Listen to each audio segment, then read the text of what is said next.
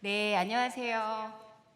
네, 저는 경기도 평택교육지원청 김경아라고 합니다. 오늘 이렇게 전국의 각지에 계신 장학사님들과 함께 학교 예술교육 담당자 워크숍에서 사례 공유를 하게 되어서 영광으로 생각합니다. 어, 발표에 앞서서 우수라는 말은 조금 적절하지 않다. 왜냐하면 제가 이제 시작한 지 이제 작년에 처음 시작했고요. 그리고 정말 저희 평택이라는 지역이 갖는 특수성이 있기 때문에 저희 이제 시작하는 가능성 그런 것들 그리고 코로나19 이후에 우리가 어떻게 펼쳐 나갔는지 그런 것들을 정말 작은 사례를 나누는 것이기 때문에 그냥 작은 사례를 나눈다라고 생각하시고요. 그냥 편안하게 들어주시면 감사하겠습니다. 우선 저는 그리고 혁신교육지구라는 업무를 주요 업무로 하고 있습니다. 혁신교육지구와 혁신교육 포럼이라는 정책이 있는데요. 우리 전국에 계신 장학사님들과 함께 공유하는 자리이니만큼 그 정책들과 함께 맞물려서 문화예술 교육을 어떻게 진행했는지 안내해 드리도록 하겠습니다. 그러면 제가 화면 공유를 같이 하면서 설명을 드리도록 하겠습니다. 이제 이번 주가 이제 가을의 막바지인 것 같아서요. 오면서 이제 길에 떨어진 은행잎을 한창 들여다보면서 왔는데, 편지 한 통 띄우는 심정으로 오늘 작은 메시지. 근데 편지라고 하기에는 저의 메시지가 너무 작아서요. 그냥 메모지 한 장 정도 전하는 그런 마음으로 여러 장학사님들과 함께 이야기를 시작해 보도록 하겠습니다. 네, 저는 이제 평택교육지원청에 근무하고 있고요. 그리고 오늘 물론 장학사님들의 역할과 분분이 있지만 예술을 실험과 상상으로 한번 생각해보고 그런 것과 함께 그런 개념으로 좀 연결해보면 어떨까 그런 생각 들어서 이렇게 한번 PPT를 꾸며보았습니다.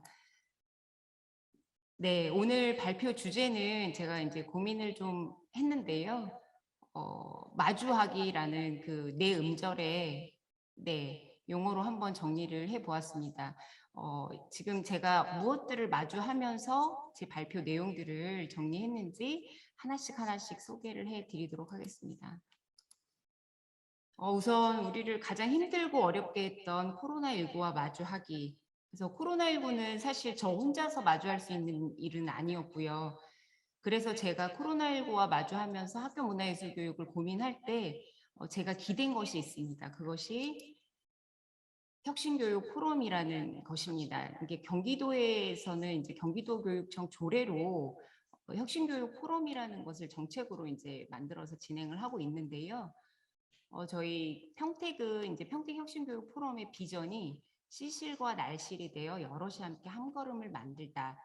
근데 이 비전이 작년 코로나19로 인해서 정말 절실히 얼마나 우리가 연결되어 있고 그리고 혼자서 만들어갈 수 없는지를 정말 뼈저리게 느끼게 했던 지금 올해 지금 2년을 그렇게 보내고 있는데요.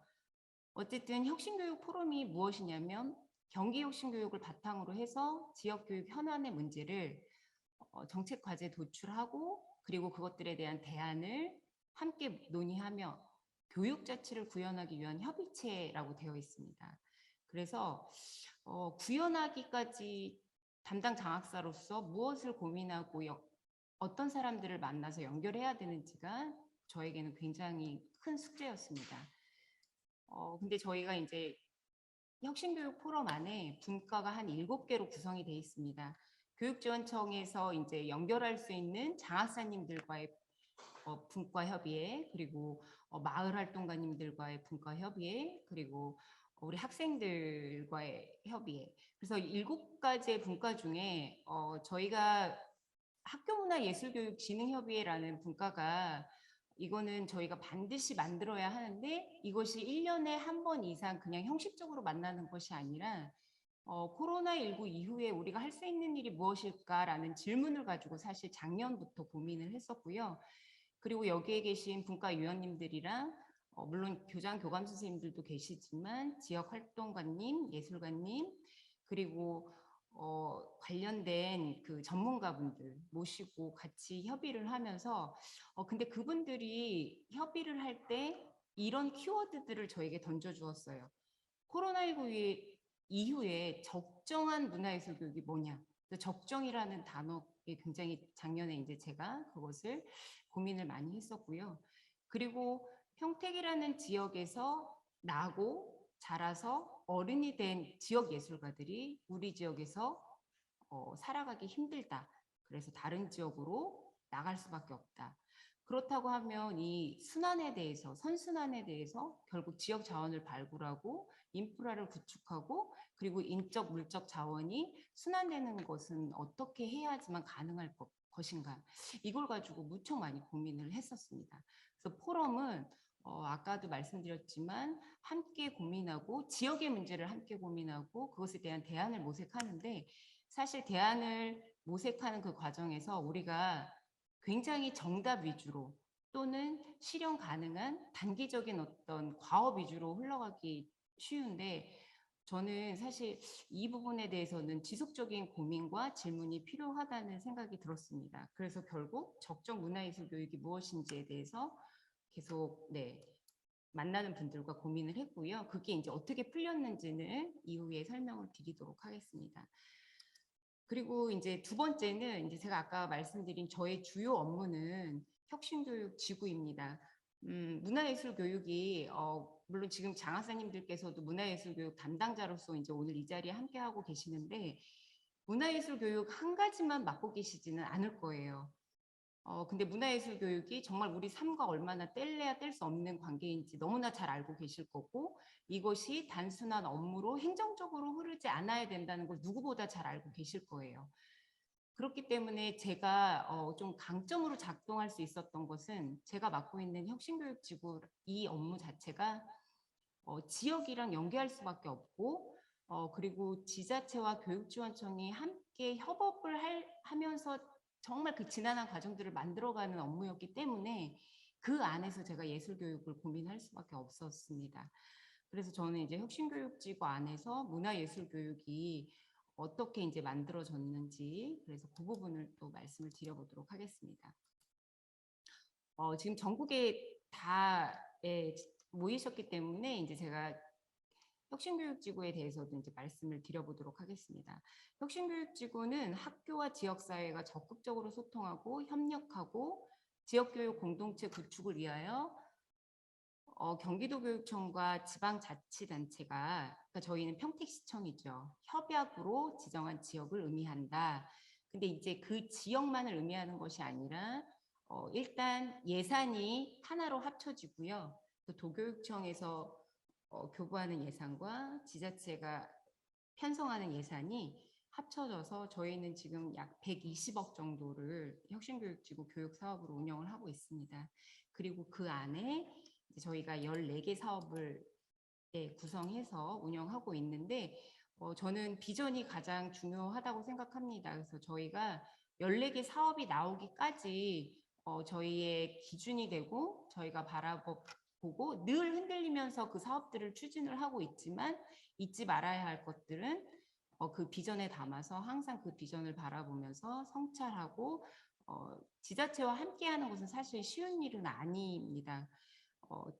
20년 넘게 학교 현장에 있었던 대부분 장학사님들이 사실 지자체라는 새로운 사람들과 함께 협업을 하는 것이 몹시 굉장히 어려운 일이지만 이 비전을 이렇게 같이 설정하고 이 비전을 끊임없이 같이 함께 이야기할 때 조금씩 움직이는 것 같더라고요. 그래서 저희 평택 혁신교육지구의 비전은 넘나들며 삶의 힘을 키우는 행복한 평택 혁신교육지구입니다. 무엇을 넘나들어야 하는지는 이제 그 14개 사업으로 이제 구현이 되는 건데요. 그 중에 제가 문화예술 교육 꼭지와 관련해서는 이런 그림을 한번 생각을 해봤습니다. 시에서 지원하는 다양한 교육 경비 사업들과 그다음 학교와 마을을 연결하는 사업, 그리고 경기도교육청에서 교부되는 사업, 그리고 평택교육지원청에서 갖고 있는 사업, 그리고 여기 하나를 넣지 못했는데 경기문화재단이랑 평택시 문화재단, 저희는 평택시 문화재단이 작년에 생겼어요. 그래서 지금 장학사님들 지역마다 그 문화재단이 있는 곳도 있고 아직 없는 곳도 있을 텐데 작년에 평택시 문화재단이 생기면서 정말 저는 많은 도움을 받고 있고 그들과 협력해서 학교로 지원되는 다양한 프로그램들이 얼마나 아름답게 펼쳐질 수 있는지 네, 그런 것들을 계속 고민하고 실천하고 있습니다. 그래서 교육청만 너무 뛰어나게 잘한다 그래서 이게 되는 일이 아니고 같이 움직이려면 좀 시간은 더디더라도 우리 아이들에게 그리고 우리 아이들이 자라서 우리 평택시의 건강한 시민으로 자랄 수 있도록 만드는 그런 양분들이 이렇게 다 같이 맞물려서 돌아갈 때 가능하지 않을까 그런 생각이 듭니다. 그래서 제가 아까 말씀드린 혁신교육지구 안에 14개 사업이 이제 세부 사업으로 편성이 되어 있는데 그 중에 이제 예술 연못이라는 사업이 있습니다. 왜 예술 연못이냐? 그것도 이제 평택이라는 지역적 특징을 제가 담아서 이제 사업명을 만든 건데요. 평은 저희가 이제 들이 많은 지역이에요. 그리고 택자가 연못이 많은 지역입니다. 그래서 예술 연못을 이라는 사업명으로 진행을 했는데 이제 가급적 예술 연못은 우리 평택에서 살고 계신 지역 예술가님들과 함께 그것을 학교로 연결해 보자. 그리고 아까 처음에 포럼에 기대서 제가 던졌던 그 고민 두 가지 말씀드렸는데 첫 번째 고민이 이제 그 적정한 문화예술 교육, 학교에서 가능한 적정한 문화예술 교육이 무엇이냐, 그리고 지역 안에서 순환될 수 있는 인적, 물적 그 자원의 순환, 그것을 고민을 그 질문을 가졌기 때문에 사실 이런 사업들이 나오지 않았었나 그런 생각이 듭니다. 그래서 학교로 찾아갈 수밖에 없는 구조는 코로나19 때문에 학교로 찾아갈 수밖에 없었고요. 대규모로 또는 랜선으로도 할 수는 있지만 지금 사실 제가 진행하고 있는 모든 사업을 가지고 오진 않았고요. 코로나19 이후에 가능한 거대했던 그동안 그런 사업들을 문화예술 사업들을 잘게 쪼개고 그리고 학교로 더 밀도 높게 찾아가는 거 그리고 지금 학교는 사실 코로나19 이후에 선생님들은 방역에 굉장히 많이 지금 지쳐 계세요.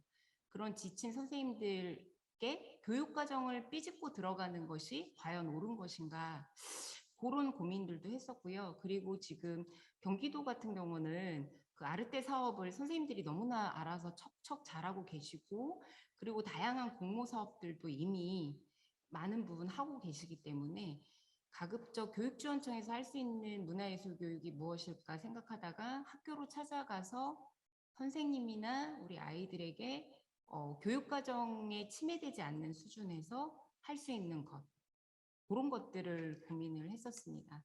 그래서 세세부 사업명은 틈새 버스킹 그리고 꼬물꼬물 연수 이 두 가지입니다. 그러면 구체적으로 어떻게 진행됐는지 말씀드려 보겠습니다.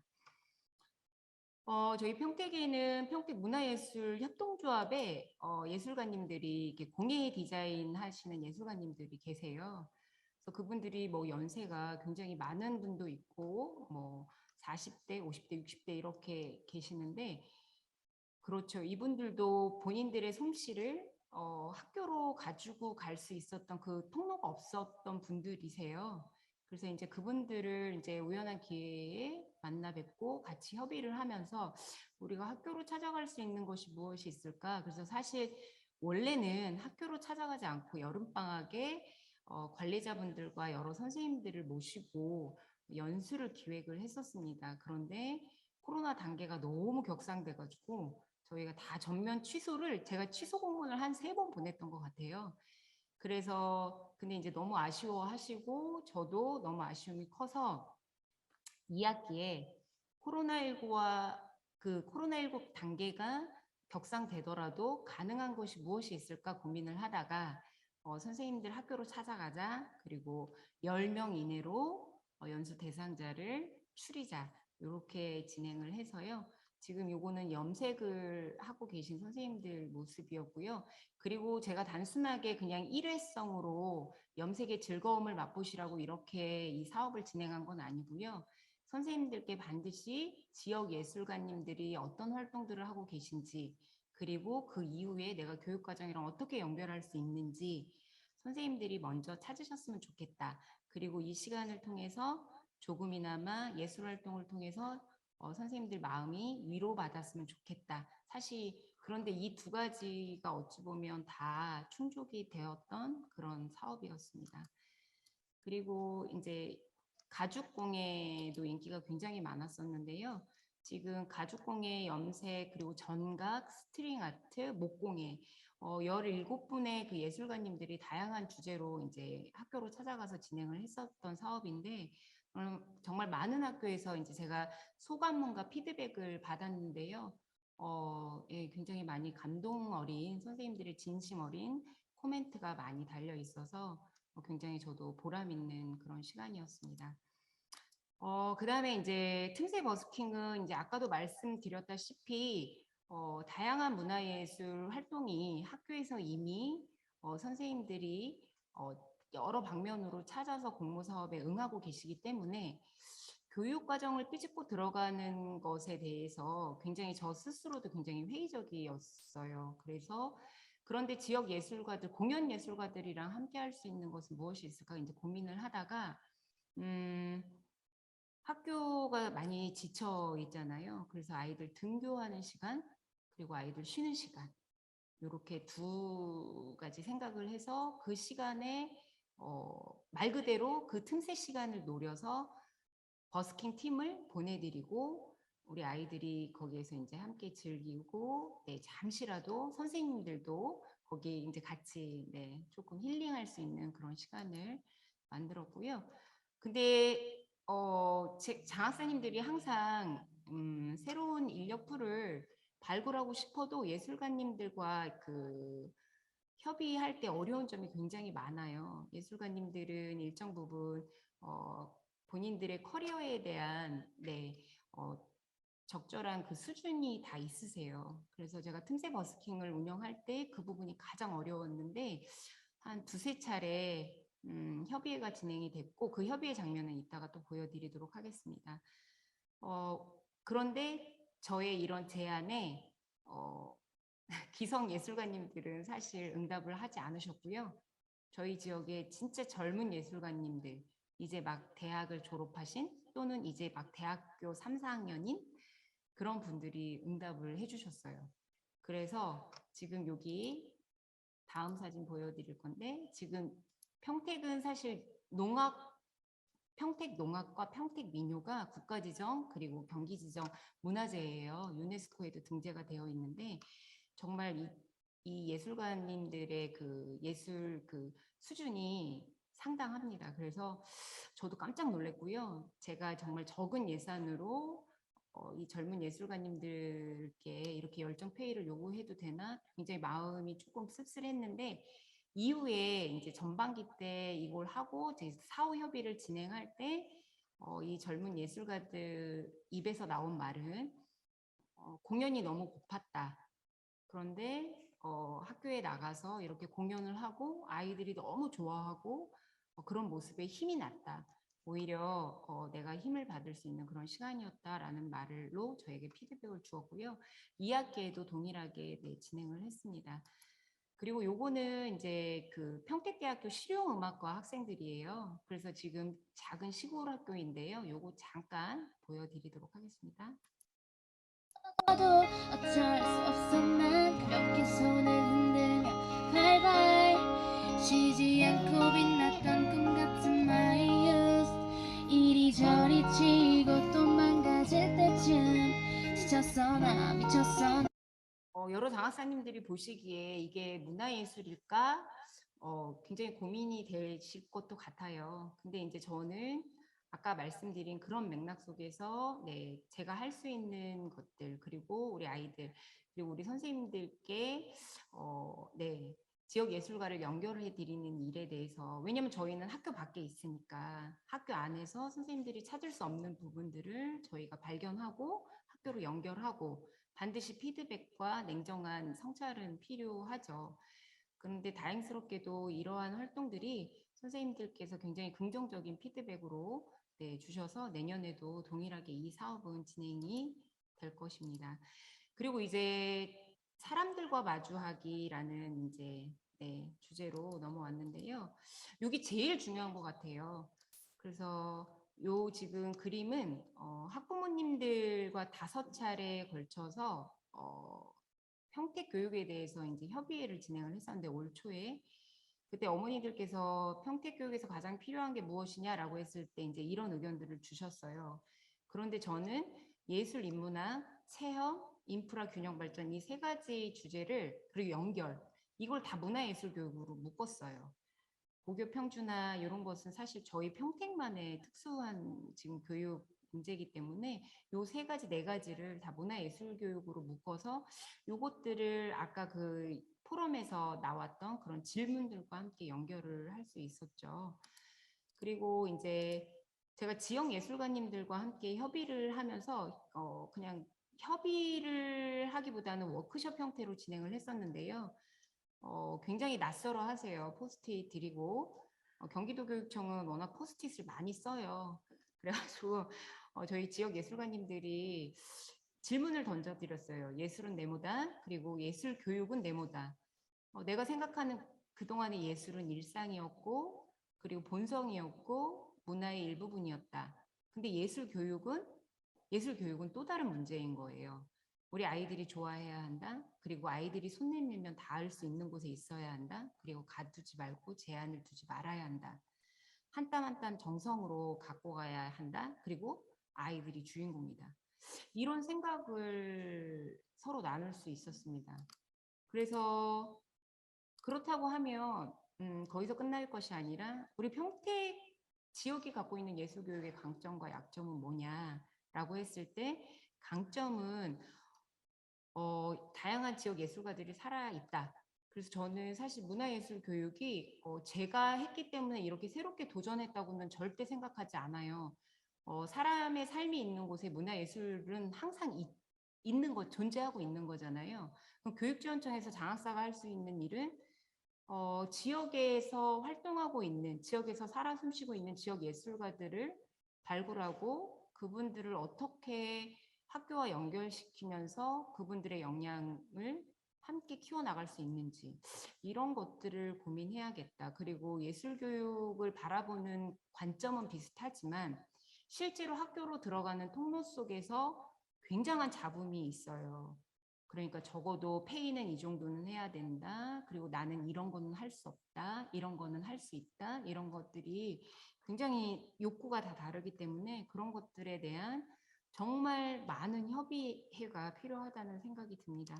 그래서 어쨌든 그날 저희가 이제 워크숍을 진행하고 나서 소감은 낯설다. 그러나 함께 했으면 좋겠다. 이렇게 나누고 나니까 소통이라는 게 이런 거구나라고 느꼈다. 뭐 이런 의견들을 주셨어요. 그래서 이런 모임들이 지속적으로 계속 되어야 한다고 생각하는데 제가 안타깝게도 한 2차례 정도 이렇게 진행을 했고요. 이제 12월에 한 번 더 지역 예술가님들과 한 번 더 이야기를 나눌 계획입니다. 그 다음에 이제 저희 평택시 문화재단이 작년에 만들어졌습니다.